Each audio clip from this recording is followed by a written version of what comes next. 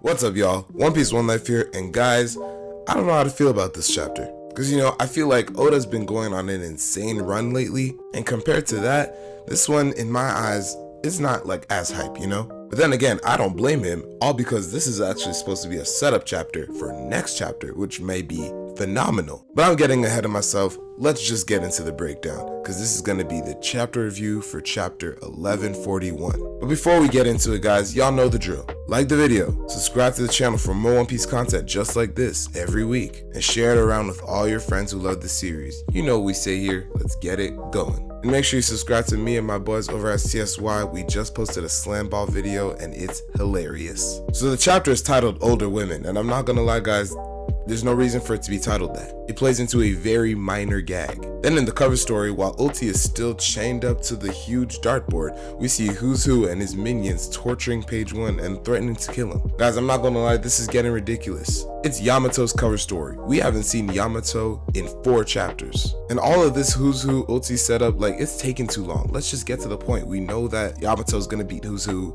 and save them. Now, starting off the chapter proper, we have Nami and Road coming back to the village. But curiously, Luffy and Zoro are not with them. And Nami is acting essentially how you'd expect Nami to act. Because she's talking about, I can't believe we've been walking through this large castle all day, and the whole time we couldn't have gotten, not one belly, we couldn't find a diamond, we couldn't find emeralds, something to show for it monetarily. Road is just like, Nami, you're not supposed to be saying these kind of things. But Nami's like, I don't even care about this LOKI monster. I was going in there for the treasure. Which is that's kind of toxic, Nami, but also, I can't blame you. That's your character. But then that's when it's revealed that they actually have the guards that Gunko and Shamrock had defeated earlier in the arc. They have those guards with them, and they're taking them to get healed. So of course Road has to just be like, no, you didn't hear anything about LOKI, everything's fine, we're just gonna continue on. And from this we surmise, as we see later in the chapter, that the reason Luffy and Zoro aren't with them is because they already took the key to LOKI. We then briefly cut to Frankie and Gerd's group as they're exploring the treasure tree atom. As Frankie is taking in all the marvels and just explaining how cool it is to be on this treasure tree atom, is telling him that essentially the way that ELBAF'S is set up, each of the villages are on the branches instead of the main trunk, which I guess makes sense. But each branch is home to a different village, and each village has its own rich history. They then chance upon a huge branch that looks like it was just severed off, and Frankie's like, yo, what the hell happened here? Also, did I say Gerd earlier? It's Ripley, my bad, y'all. Ripley explains to him that that's the branch that Hagen village used to be on. Apparently, lightning struck it one day and the entire thing caught fire, and in order to make sure that the fire didn't spread to the other villages, the entire branch had to be severed and cut off. So Frankie says, wow, even the treasure tree atom isn't resistant to everything, and that's when Ripley says, yeah, everything in ELBAF, fire and lightning are our greatest weaknesses. And the text is bolden, so you know that it's important. She mentions a random lightning bolt, and then lightning is one of their biggest things. Guys, did anyone else think Enel is coming back?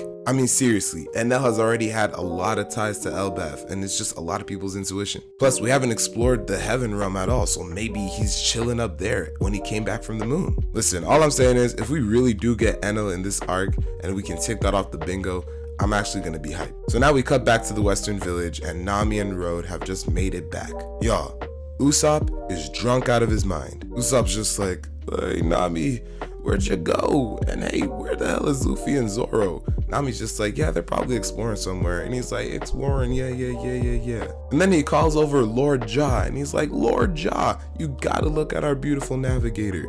And Lord Ja is just there like, you're right, she is kind of beautiful.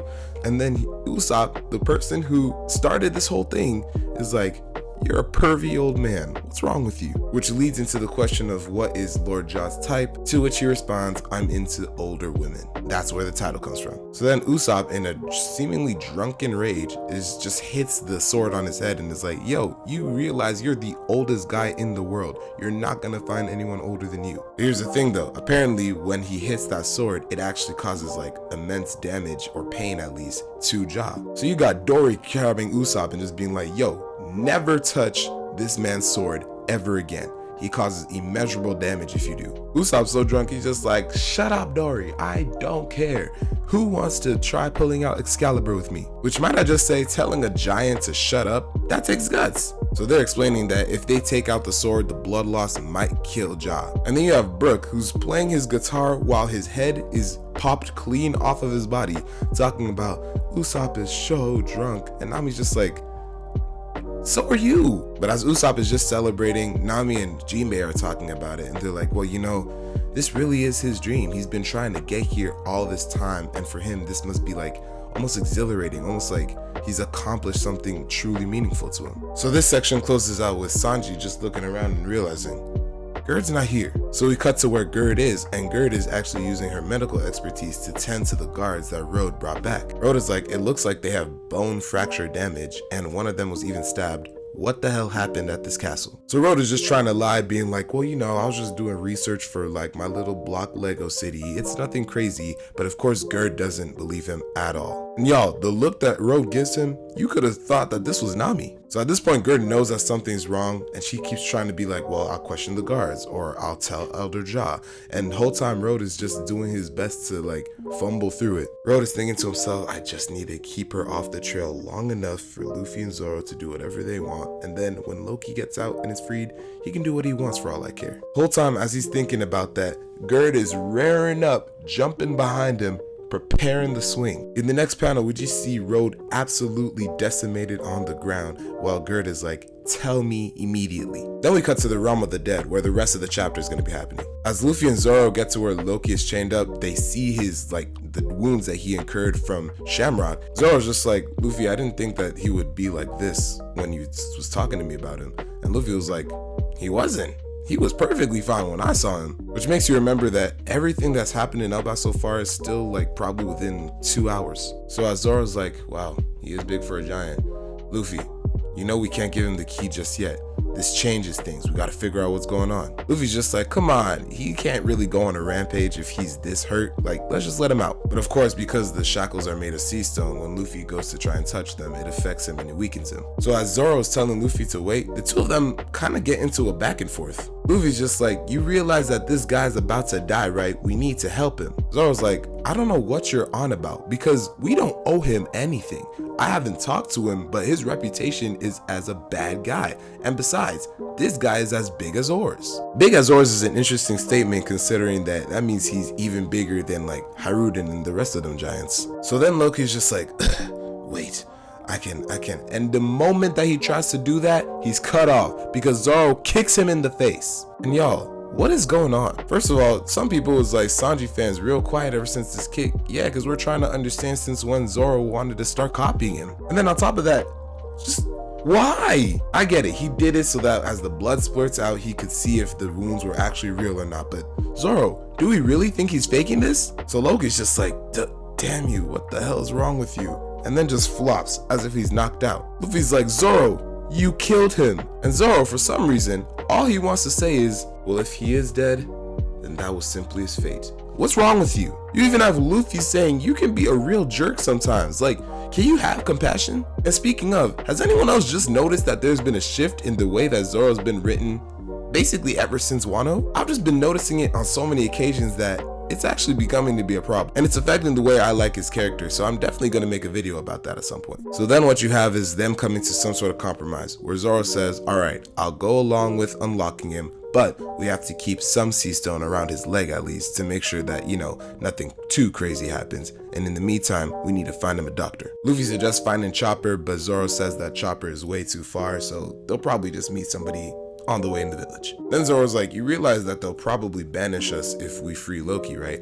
And Luffy just doesn't give a shit. He's like, so? I don't care if we're banished. I barely wanted to come here. I mean, I did want to come here, but shit, I saw what I needed to see. Zoro's like, alright then, well, we need to stock up on meat. Zoro, pause. Because he knows that Luffy is only going to be at his best after he's eaten. But then Zoro's like, alright, well, it's a bunch of those animals right there. We can just slice them up and have them. Luffy's like, whoa. These are my friends. I became cool with them. I did some kind of like hockey, like domineering type thing, and we became friends. We're not touching them. Zoro, instead of being like, okay, cool, is like, well, meat's meat, isn't it? Again, pause. But then again, showing that Zoro's just a savage because Luffy's like, if they are my friends, I'm not eating them. This is the whole reason why we didn't eat Chopper yet. So as they continue on to do what they're doing, suddenly they see a ship falling out of the sky. And y'all, on this ship is all 5 members of the new giant warrior pirates plus Sanji. And essentially what happened is that they were all trying to take this and they were trying to use the island clouds, but apparently the island clouds don't work in the realm of the dead, so they're falling to their death essentially. As they're falling to their death,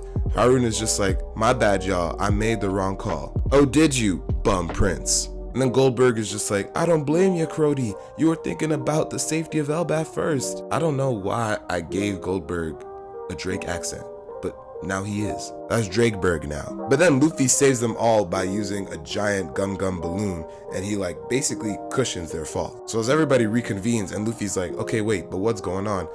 Haruden tells him, yo, listen, the reason why we did all that, the reason we had to rush here, we have to implore you, please, on everything you love, do not free this man. So Haruden just goes on a tirade about how you can't trust Loki. He's a trickster, a deceiver, a horrible person.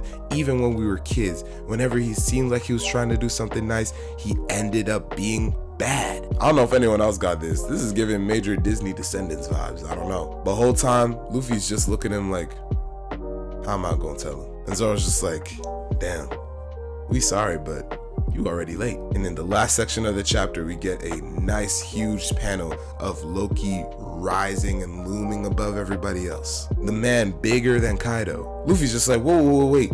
We freed him, but he was like knocked out. I thought he was done for. I didn't think he was gonna fight. Loki goes to pick up his hammer, which we learn is named Ragnir, because Haruden is like, yo, put Ragnir down. We're not trying to fight. Oh, Loki's trying to fight. Because in the last panel of the chapter, we get Loki looking like this.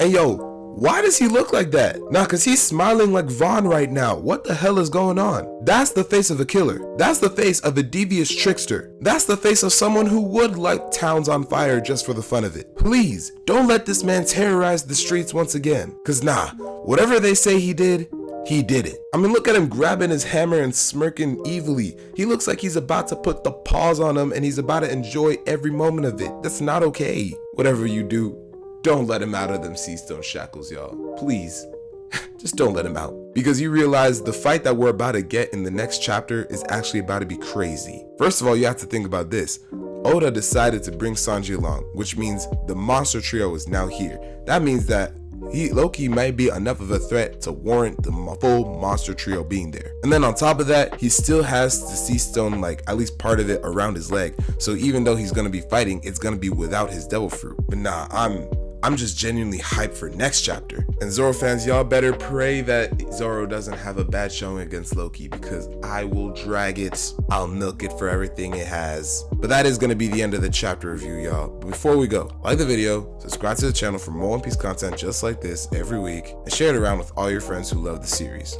or anime and manga in general. Remember, I'm trying to build a community, but I need your help to do it. That's going to be all for me. I'll catch you on the next one. And always remember, One Piece, one life. Got a drop from a flex today. It's from Tennessee. I had a thought she'd be with this. She told me where he be. I said for sure, baby, let me know if you wanna eat. She like Vaughn, you already know, just put your girl on fleek.